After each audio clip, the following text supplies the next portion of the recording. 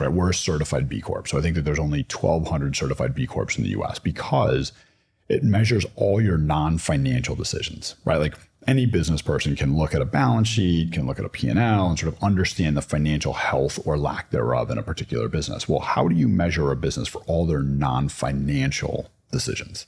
How diverse are they? How do they pay people? How do they make decisions in the business? What does their supply chain look like? How do they treat vendors? All stakeholders of the business. And so we wanted a business that was going to be, holistically successful, not just financially, but we wanted to be great from a non-financial perspective as well. And so one of the only sort of certifications that exist out there that's certainly well regarded is from B Lab. It's called B Corp certified. And so we pursued that. It took us many, many years to eventually chin the bar. We did 3 years ago, right? So those businesses were actually a public benefit company as well. So we changed our article of incorporation where we make decisions to benefit all stakeholders, not just our shareholders, right? We're still a for-profit business, right? So we have to make money for our shareholders, but we think that we will do that and do that better by prioritizing our stakeholders, our employees, our communities, our vendors of equal proportion. And so I think that because we have been able to generate pretty significant social outcomes, particularly in education, right?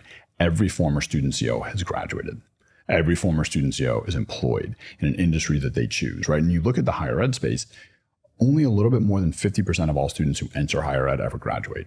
Right. So our education outcomes are really, really significant. And I think it's those education outcomes that are actually driving our financial performance. We would have never got to our level of financial performance if it wasn't for the educational and social outcomes. And so it's that flywheel of education, social success that's driving financial success. And if we start making decisions to only benefit our financial side, I think the brakes will start to come off the bus, right? We will lose the education outcomes and ultimately lose our financial outcomes as well. So that's why impact is so important to us, right? Like I do not believe that someone's gonna be like, all right, I'm showing up at University of Oklahoma. Let me search what coffee shops are B Corps. That's where I'm gonna go.